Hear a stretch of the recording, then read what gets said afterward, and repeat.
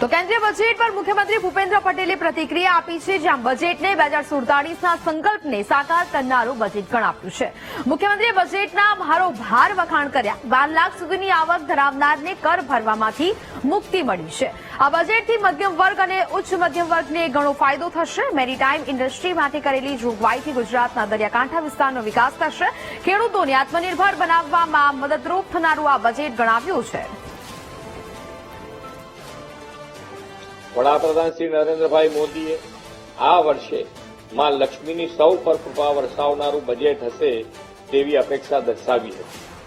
આ અપેક્ષા દેશની જનતા જનાર્દનની ખાસ કરીને ગરીબ અને મધ્યમ વર્ગોની પાર પાડતા આ સિટીઝન ફર્સ્ટ બજેટમાં ફળીભૂત થઈ છે। આ બજેટને સમગ્ર ગુજરાત વતી હું આવકારું છું।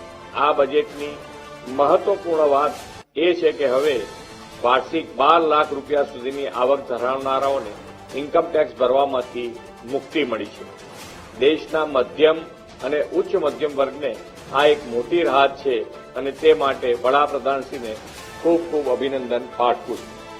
ગરીબ, યુવા, અન્નદાતા અને નારી શક્તિ આધારિત વિકાસને ગતિ આપનારું આ બજેટ છે।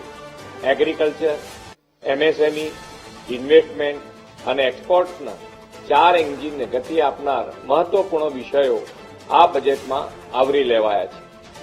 આ બજેટમાં રાજ્યની સહભાગિતાથી પીએમ ધનધાન્ય યોજના દેશના ઓછી કૃષિ ઉત્પાદકતા ધરાવતા 100 જિલ્લાઓ માટે શરૂ કરવામાં આવી છે, તેને હું આવકારું છું। અંદાજે 1.70 કરોડ ખેડૂતોને આનાથી મોટી મદદ મળશે। એટલું જ નહીં, ગ્રામીણ વિકાસને વેગ મળશે અને માઇગ્રેશન પણ અટકશે।